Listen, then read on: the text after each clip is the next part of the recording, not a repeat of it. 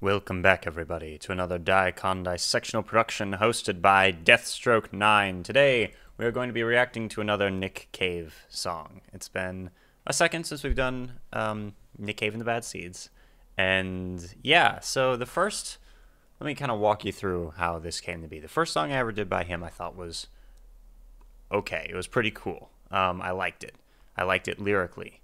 But that was the extent of my exposure to his music. I think it was called Into My Arms. And I liked it. I thought the lyrics were cool. I liked the delivery. It was a pretty simple song. And then recently, I reacted to Mercy Seat, which was quite a different experience. And I quite enjoyed it. It was very fun. Well, not fun, but like it was a lot more interesting to me in everything about it, pretty much. And yeah, so then I went to SED recently. I've talked about it a couple times on the channel.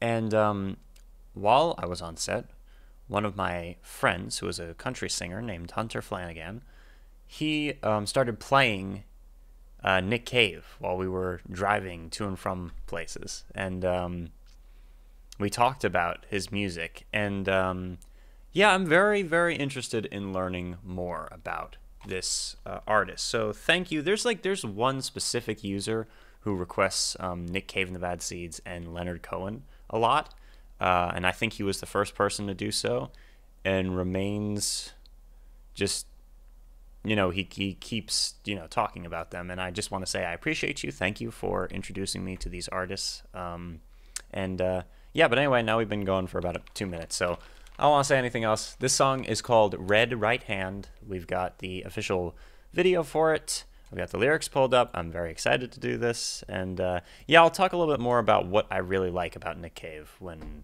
we're closer to the end. All right, here we go. 3, 2, 1.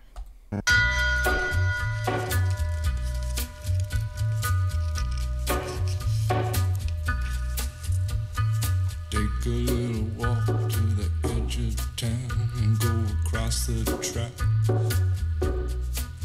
where the viaduct looms like a bird of doom as it shifts and cracks, where secrets lie in the border fires and the humming wires. Yeah, man, you know you're never coming back.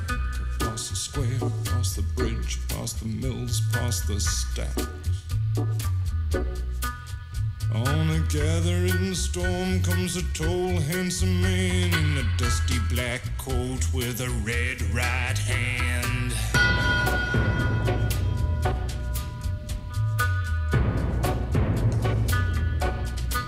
How gothic it is. You in his arms, tell you that you've been a good boy. Bassline's really cool. All the dreams that took you a lifetime to destroy. He'll reach deep into the hole, heal your shrinking soul, but there won't be a single thing that you can do. He's a god, he's a man, he's a ghost, he's a guru. Gonna pause it there. Sorry. The last one actually got blocked when I first uploaded it, my reaction to Mercy Seat, and I had to submit an appeal for it. So this time I'm gonna try to pause it a little bit more. But yeah, I am liking it so far. And one of the things that really draws me into Nick Cave's music is, first of all, so far all of it has been pretty dark, deep and dark, and I like those things, you know. Darker themes are very cool to me. I don't know why. And then there's also the first song that I listened to didn't really showcase this very much, but this song, the one I heard in the car, whose name I cannot remember, there was like 2 I heard in the car actually, and Mercy Seat, all have such a charisma to them. Like his persona and how he tells his stories is really cool and also really inspiring. to me. So yeah. Anyway, all right, I'm gonna shut up. Let's keep going. A single thing that you can do. Music video is cool. He's a man, he's a ghost, he's a guru. They're whispering his name through this disappearing land, but hidden in his coat is a red right hand.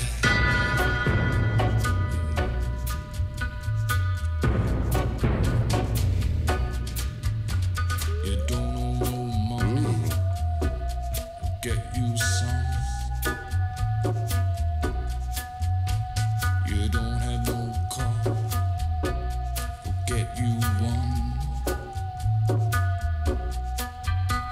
You don't have no self-respect, you feel like an insect. Well, don't you worry, buddy, cause here he comes through the ghettos and the barrio and the barry and the slum.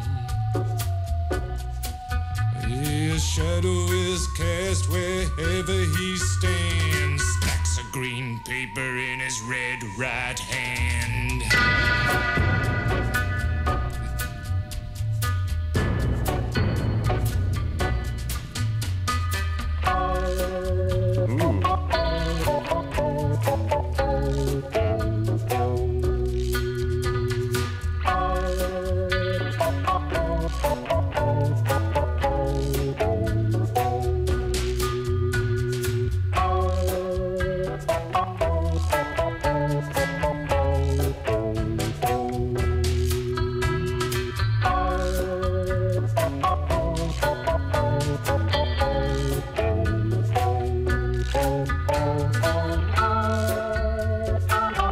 Wow.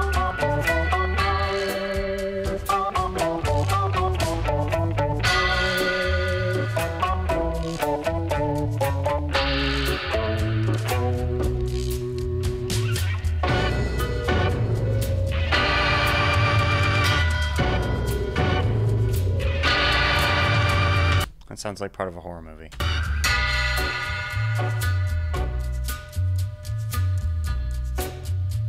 Does that mean he's a murderer, the red right hand? You'll see him in your nightmares, you'll see him in your dreams. He'll appear out of nowhere, but he ain't what he seems. You'll see him in your head on the TV screen. Hey buddy, I'm warning you to turn it off. He's a ghost, he's a god, he's a man, he's a guru. You're one microscopic cog in his catastrophic plan, designed and directed by his red right hand.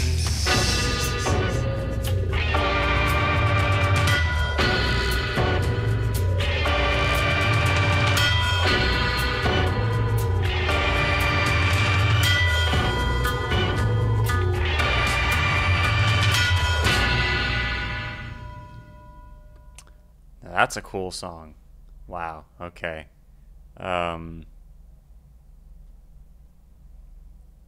Feels incomplete without the Peaky Blinders. What does that mean? Let me see. No.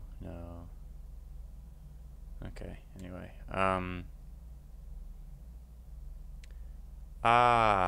It's impossible to ignore that this song had originally nothing to do with Peaky Blinders, and it's incredible to see how it fits the series.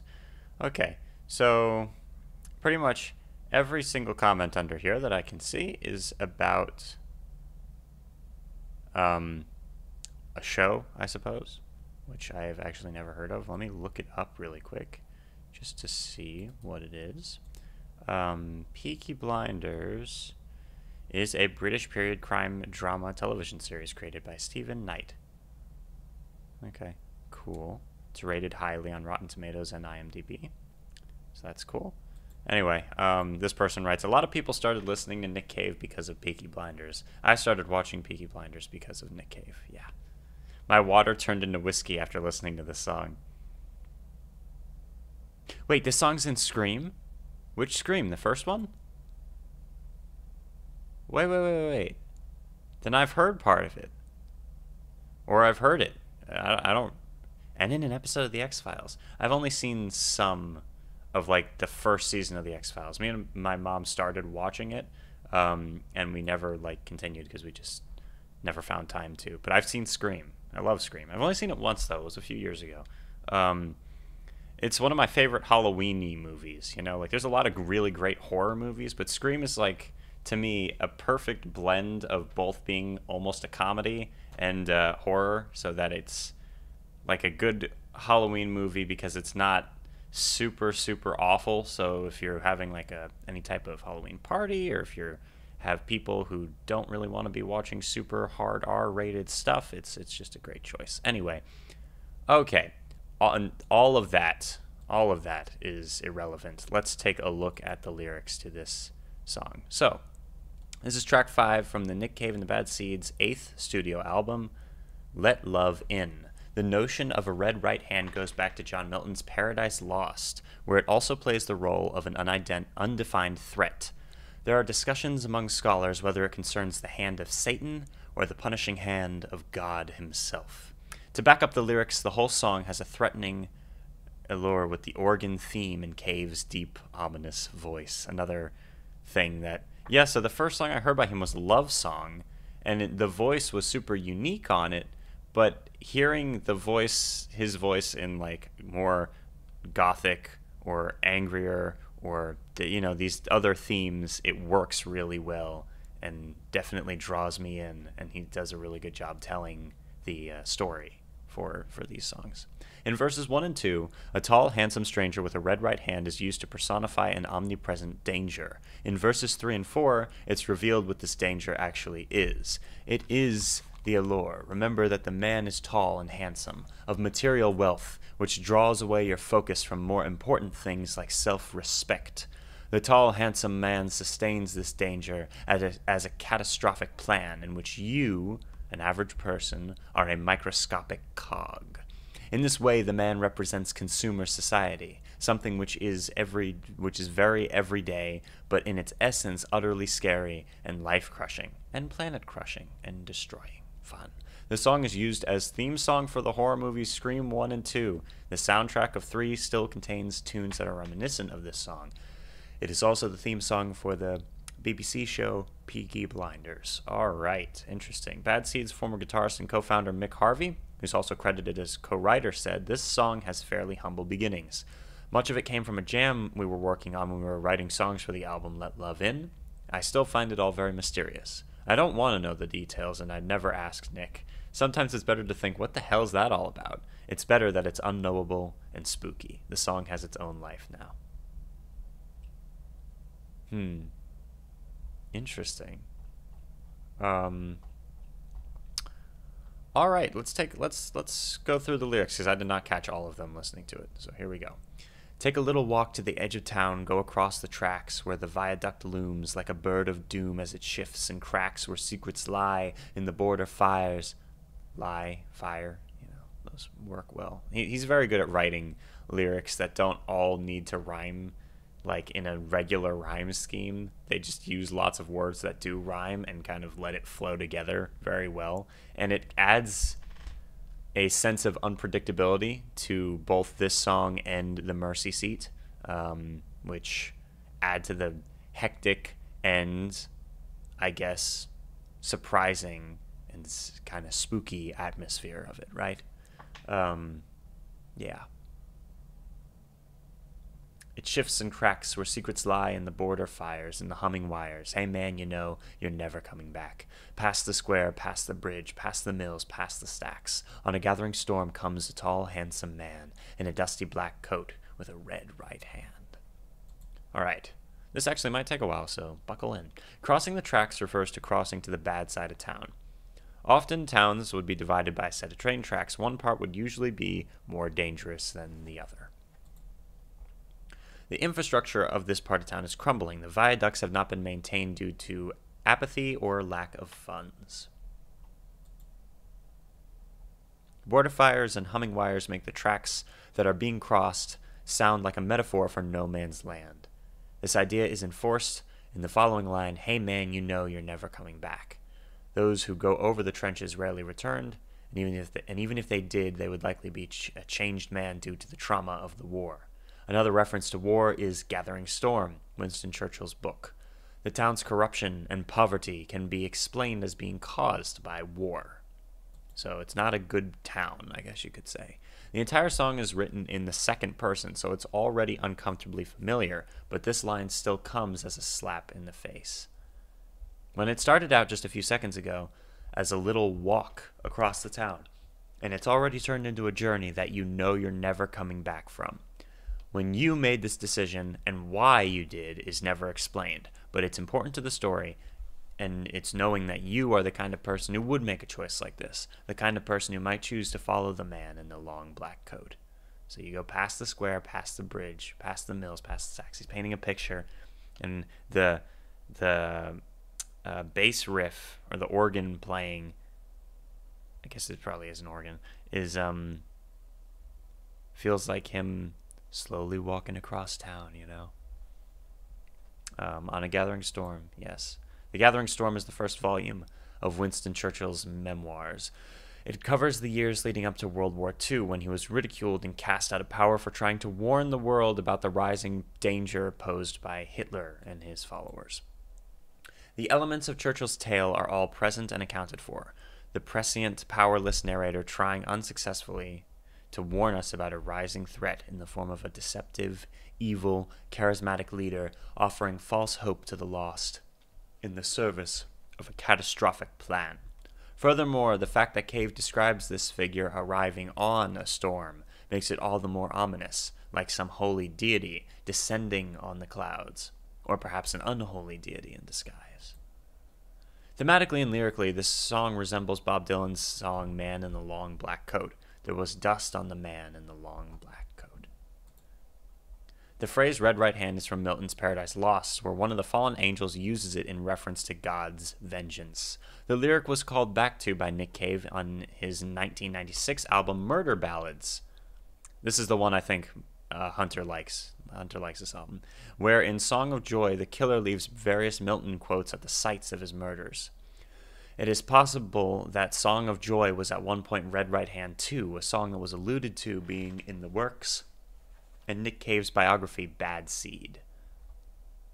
He'll wrap you in his arms, he'll tell you that you've been a good boy. He'll rekindle all the dreams it took you a lifetime to destroy. He'll reach deep into your soul, reach deep into the hole, heal your shrinking soul, but there won't be a single thing that you can do. So this all sounds good in theory, but you have no choice over it. Imagine that after you've grown old and given up on your hopes and aspirations, a genie comes to you and says he can grant you a wish. You would feel all the possibilities and dreams of youth coming back to you, but as viable options for the present. In the same sense, the sinister and seemingly mystical character in the song can somehow offer people money, cars, love, and even the chance to realize their dreams. While this on the face seems like it's a good thing, it has sinister undertones of a Faustian bargain. Yes, Faustian bargain. There we go. He's a god, he's a man, he's a ghost, he's a guru. They're whispering his name throughout this disappearing land, but hidden in his coat is a red right hand. This is a great song. Regardless of Milton's intent, whether the song refers to God or Satan is settled here. The God, man, and ghost are a clear reference to the Holy Trinity, or the three aspects of God: the Father, the Son, and the Holy Spirit. Apologies that I keep yawning. I was up very late last night. The titular red right hand, then, refers to every historical death, atrocity, and drop of blood shed in God's name, painting him as a liar and murderer. Interesting. The guru is, in Hinduism, a personal spiritual teacher or guide. He's a false guru. The character in the song is appealing to poor, hopeless people from the decaying, broken places in society, places like the crumbling mill town that the song opens with. Whispering his name is haunting because it implies a secret purpose, and also because it highlights the fact that the narrator never shares the figure's name with us. This disappearing land is equally evocative. It makes all of the song's disparate images of physical, spiritual, and societal decay suddenly snap into focus. The loss of purpose and hope is widespread, perhaps even universal. This is about as direct as Cave gets to saying that the man in the song is not a good guy. While he seems to wander, helping people out with their finances and lives, he hides a darker side to himself, presumably a side of himself that won't be revealed until it's too late to do anything about. You don't have no money? He'll get you some. Don't have no car? He'll get you one. You don't have no self-respect. You feel like an insect. Well, don't you worry, buddy, 'cause here he comes, through the ghettos and the barrio, and the Bowery and the slums. A shadow is cast wherever he stands. Stacks of green paper in his red right hands. Tons of money, but it's all at a price. Let's just say you don't pay with money. Yeah. Then we've got the cool organ solo. Then you'll see him in your nightmares. You'll see him in your dreams. He'll appear out of nowhere, but he ain't what he seems. You'll see him in your head and on the TV screen. And hey, buddy, I'm warning you, turn it off. He's a ghost, he's a god, he's a man, he's a guru. You're one microscopic cog in his catastrophic plan, designed and directed by his red right hand. This song's awesome. With each verse, the mysterious figure is described with more sinister imagery. In the final verse, Cave all but flat out says, if you accept this person's help, you're screwed. The shady character in the song seems to represent temptation. He is at first glance harmless, however harmful in the long term. The narrator here seems to have some knowledge about the character's true intentions and pleads with the audience to ignore any offers, no matter how attractive or persistent, from the mysterious stranger. This may be alluding to the prolific televangelist movement that occurred roughly at the same time of the writing of the song. Swaggart and Falwell. Yeah, there's a lot of different people that did that stuff and people who still do that stuff. I cannot stand those people, but anyway.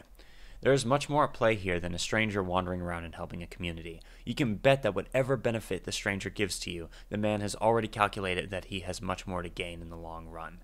Cold, calculating person. While in the short term, he deals with people through his charming side. Behind the scenes, his long-term plan is being orchestrated by his sinister side. Then another organ solo as we come to the conclusion of this very, very cool song. So I feel like you could take this all very literally and kind of just take it as like a story song where they're describing a guy who's bad news, or you could take it metaphorically, like a lot of these comments beneath the song have, where the red right hand is symbolism. The character itself is a metaphor for some much grander, more universal evil, which, to be honest, I kind of like that interpretation. But yeah, that's Nick Cave and the Bad Seeds, Red Right Hand. Thank you very much for joining me. Let me know what other Nick Cave songs you'd like me to check out. I will see you all next time. In case you're wondering about my gray surroundings, it is because, for some reason, I thought it would be fitting, since we're reacting to a Nick Cave song, to make everything kind of almost black and white. I found a weird filter thing. I'm also testing this filter thing out because I've never used it before. I've always used something else to do this type of thing, but now found, yeah, anyway.